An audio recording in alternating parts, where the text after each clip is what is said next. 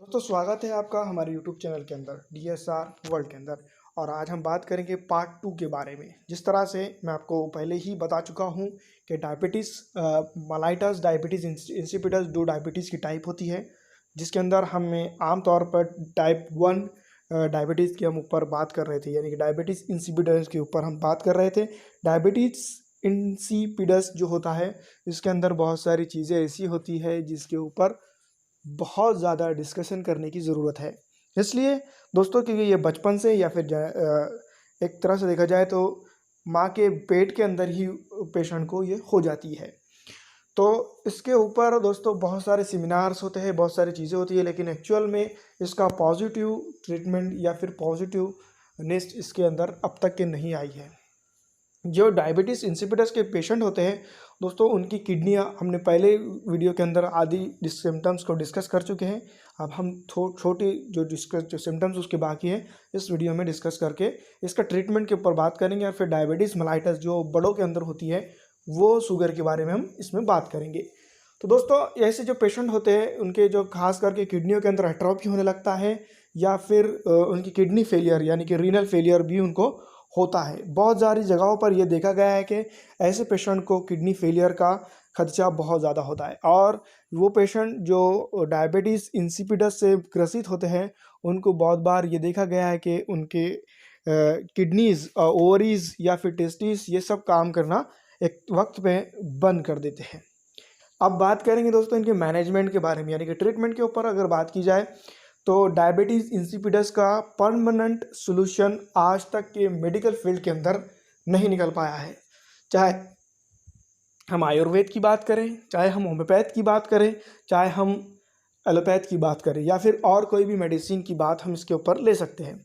तो यहाँ पर हम बात करेंगे दोस्तों डायबिटीज़ इंसिपिडस के बारे में। तो यहाँ पर दो चीज़ों के अंदर हमने इसका मैनेजमेंट को डिवाइड किया है। एक तो एक्सरसाइज वाला पार्ट हो गया और दूसरा ट्रीटमेंट वाला पार्ट हो गया। एक्सरसाइज वाले पार्ट की अगर बात की जाए तो यहाँ पर इम्पॉर्टेंट ये होगा कि हमें लाइट एक्सरसाइज इसके अंदर करनी होगी। दूसरा रनिंग करनी होगी। तीसरा यहाँ पर इम्पॉर्टेंट ये होगा कि आपको खान पान का बहुत ज़्यादा ख्याल इसके अंदर रखना होगा। ऐसी चीज़ों के पास भी नहीं जाना है जिसे शुगर हो गया, जिसकी वजह से हमें प्रॉब्लम हो सकती है। और बहुत सारी ऐसी चीज़ें जो कोलेस्ट्रॉल लेवल बढ़ाएंगी, वैसी चीज़ों के भी नज़दीक हमें नहीं जाना है। अब पार्ट आता है दोस्तों इसका मेडिसिनल पार्ट। मेडिसिनल पार्ट के अंदर जो कंट्रोल इसको हम कर सकते हैं। इसका लेवल जो होता है मॉर्निंग और इवनिंग का, हमें बार बार हमें जो है तो हमारा शुगर लेवल इसके लिए चेक करने की ज़रूरत होती है। और सबसे बड़ी बात तो इसके अंदर मैं आपको ये बता दूं कि इसके जो इंजेक्शन होते हैं वो टाइम टू टाइम लेने होते हैं। जिस तरह से आपका फिजिशियन आपको बताता है उसके हिसाब से ही आप इसके ऊपर अगर इंजेक्शन लेते हैं तो बढ़िया होगा। या फिर आप एक काम करते हैं, कुछ एक शुगर चेक करने का आला होता है, आप उसको आप घर पे ही रख लें और उसके हिसाब से आपकी शुगर को आप चेक करते रहें तो ये बेहतर होगा। लेकिन अगर कभी हमें इस तरह से ये चीज़ें चेक करने का मौका नहीं मिल रहा है तो डॉक्टर से जाकर हफ्ते या 2 हफ्ते में इसको चेक करना बहुत ज़रूरी है। अगर हम ऐसा नहीं करते हैं तो ये बात हमें गांठ बांध लेनी चाहिए कि हम अपनी सेहत के साथ खिलवाड़ कर रहे हैं। इंसुलिन डिपेंडेंस इसमें पेशेंट होता है और इंसुलिन की मात्रा हमें कंटिन्यू लेनी होती है। अब अगर हम इसके ऊपर अगर बात करें कि होम्योपैथी के अंदर इसके ऊपर कौन सी मेडिसिन अच्छी होंगी, तो हम इसके बारे में आपको बता देंगे कि काली बीच और काली फॉस ये 2 मेडिसिन इसके ऊपर बहुत ही अच्छी तरह से काम करती है, जो आपकी शुगर लेवल को कंट्रोल में रखेंगी या फिर लेवल में रखने की इसमें ज़रूरत होती है। दूसरा, आपको बहुत ज़्यादा इंजेक्शन की ज़रूरत नहीं पड़ेगी अगर कभी आप ये मेडिसिन इस्तेमाल करते हैं तो। लेकिन मैं आपको फिर एक बार बता दूं कि टाइप 1 डायबिटीज़ के अंदर आपको ये करना होगा कि सही तरह से उसका मैनेजमेंट, केस टेकिंग, टोटलिटी आपको आपके डॉक्टर को, होम्योपैथ को देनी होगी। अगर आपके पास कोई अच्छा होम्योपैथ है तो आप उससे कंसल्ट कर सकते हैं, या फिर अगर आपको लगता है कि हमें केस टेकिंग हमसे करवाना है तो डिस्क्रिप्शन में हमारा नंबर हमने दिया है, आप उसको व्हाट्सएप के ज़रिए हमारी फ़ीस पे कर आप उससे हमसे जुड़ सकते हैं।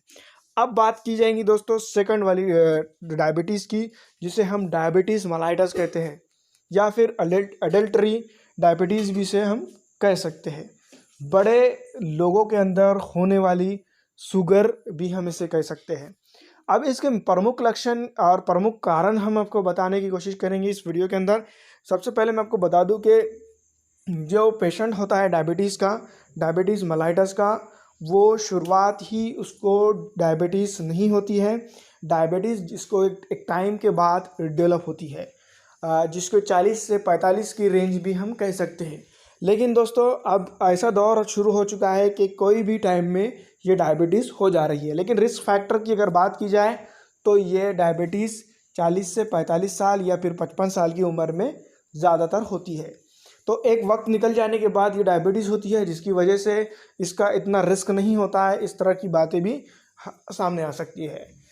और ऐसे जो लोग जिनको शुगर, ये डायबिटीज़ मेलाइटस होने का खदशा होता है, मतलब डेंजर में होते हैं, वो होते हैं जिनके अंदर जेनेटिकली माँ या बाप को या फिर दादी या दादा को या फिर नानी या नाना को शुगर हो। ऐसे लोगों को डायबिटीज़ मेलाइटस हो सकता है, यानी कि बूढ़े लोगों की बीमारी है शुगर, उनको ये हो सकती है। तो सबसे पहले इसके अंदर हमें ये ख्याल रखना होगा, इसको रोकने के लिए हमें ये ख्याल रखना होगा, हमें मोटे नहीं होना है, ओबेज नहीं होना है, ढेरी नहीं निकलने देना है, पेट नहीं निकलने देना है, तोंद नहीं निकलने देना है, और ऐसी चीज़ों से दूर रहना है एक वक्त के बाद कि हमारी शुगर लेवल बढ़ाने वाले चीज़ों से हमें दूर रहना है।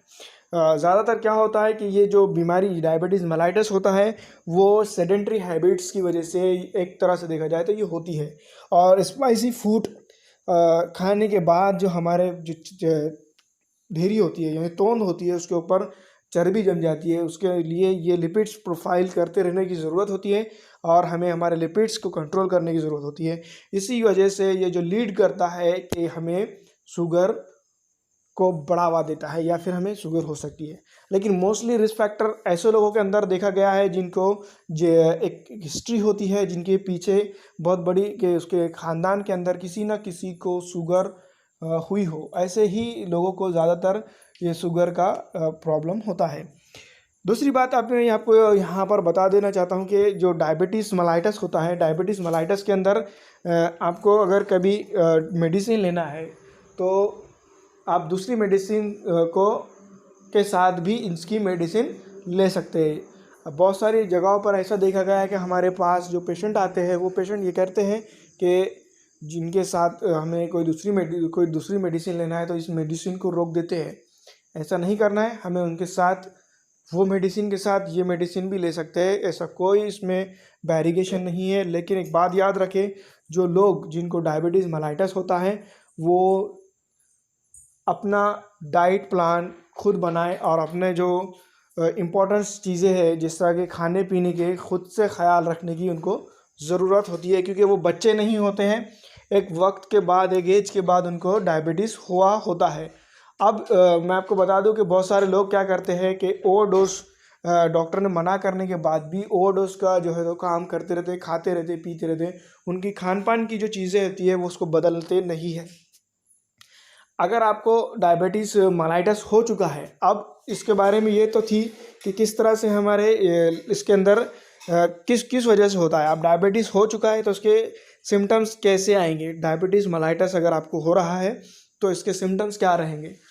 तो इसके सिम्टम्स और डायबिटीज़ इंसिपिडस के सिम्टम्स समटाइम जो है तो सेम होते हैं, एक जैसे होते हैं। इसके अंदर सबसे प्रमुख सिम्टम ये होता है कि इंसान जब चलता है तो उसको सांस फूलने लगती है, और दूसरा उसकी ज़बान सूखी होती है और ज़बान मोटी होने लगती है, उसको महसूस होती है कि ज़बान उसकी मोटी हो रही है। तीसरा यहाँ पर ये होता है कि जब भी वो काम करने की कोशिश करता है, सोचता बहुत है लेकिन काम उसको उतना नहीं हो पाता है। तीसरा, उसको बहुत ज़्यादा पानी की प्यास लगती है लेकिन वो पानी पीता रहता है लेकिन फिर भी उसकी प्यास नहीं बुझती है, जिसकी वजह से उसको फ्रिक्वेंट यूरिनेशन होता है, बहुत बार बार वो पेशाब को जाता है।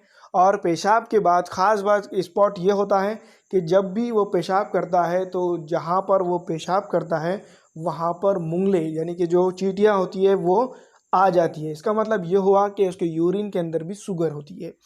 अब इसके लिए हमें क्या करना होगा कि शुगर लेवल हमारे मेंटेन करनी होगी।